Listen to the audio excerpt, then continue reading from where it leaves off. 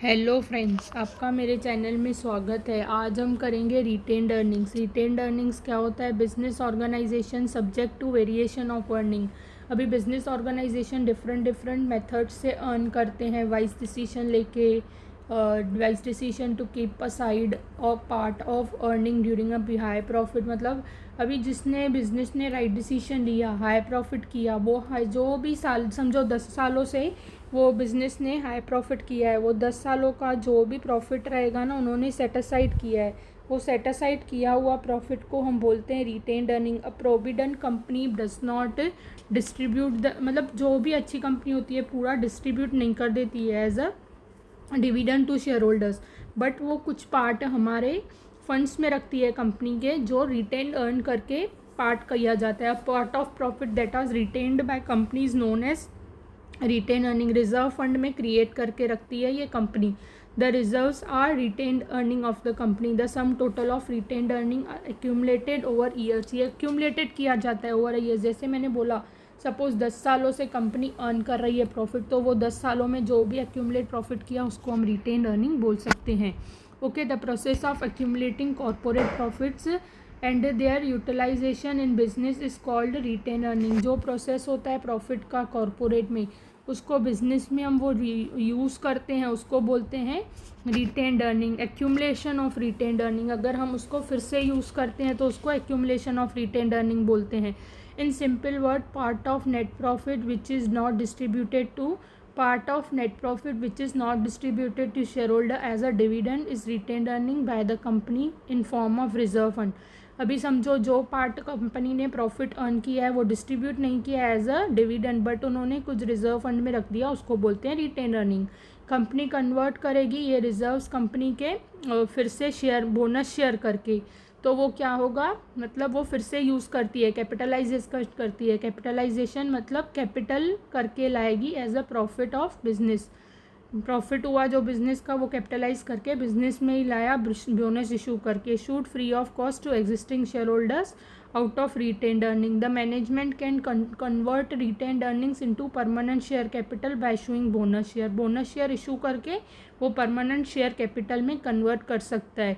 It is an important source of raising long term capital. It is an simple and cheapest method of raising finance. It's cost to be established by company. It is an internal source of finance. ये एक तो internal, अंदर से ही company अपने आप से ही funds raise कर रही है, बाहर किसी को अप्रोच नहीं कर रही है, ये अपने ही फाइनेंस को यूज़ कर रही है, अपने ही फाइनेंस को कैपिटलाइज कर रही है। ये चीपेस्ट वे ऑफ फाइनेंस है, अपने ही रिटेन्ड अर्निंग को परमानेंट शेयर कैपिटल में कन्वर्ट कर रही है, उसको बोलते हैं retained earning.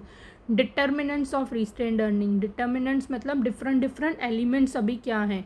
Total earning of the company. If there is an ample profit, suppose समझो 10 लाख का प्रॉफिट है, 8 लाख का प्रॉफिट एज अ डिस्ट्रीब्यूट कर दिया डिविडेंड, 2 लाख का प्रॉफिट रिटेन करके रखा कंपनी में, उसको बोलते हैं retained earning as a reserve fund. Save and retain some part of profit, more earning, a company can save more.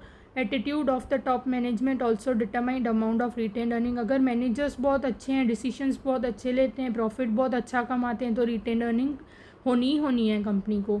Taxation policy के ऊपर भी डिपेंड रहता है। अगर टैक्सेशन पॉलिसी इम्पॉर्टेंट होती है, अगर टैक्सेशन पॉलिसी अच्छी है और अगर हायर टैक्सेस प्रोडक्ट नहीं है तो कंपनी इतना सेव, अगर हायर टैक्सेस प्रोडक्ट्स हैं तो फिर कंपनी इतना सेव नहीं कर पाएगी। और नेसेसरी प्रोडक्ट्स हैं, मतलब बेसिक नीड्स के प्रोडक्ट्स कंपनी प्रोड्यूस करती है, तो उस पर टैक्सेशन कम लगती है, तो वो कंपनी अपने रिटेन अर्निंग ज़्यादा बना सकती है। डिविडेंड पॉलिसी से डिविडेंड पे भी डिसाइड रहता है कि अगर बोर्ड ऑफ डायरेक्टर ने ज़्यादा डिविडेंड डिसाइड कर दिया तो पूरा ही प्रॉफिट हमारा चला जाता है शेयर होल्डर्स को। अगर मतलब एक म्यूचुअल डिसीजन लिया कि हम इतना ही प्रॉफिट देंगे जो लोअर भी नहीं होगा, but policy effects share holders get a dividend at a lower rate. It is in policy board of director in regards to distribution of profit, a conservative dividend policy is needed।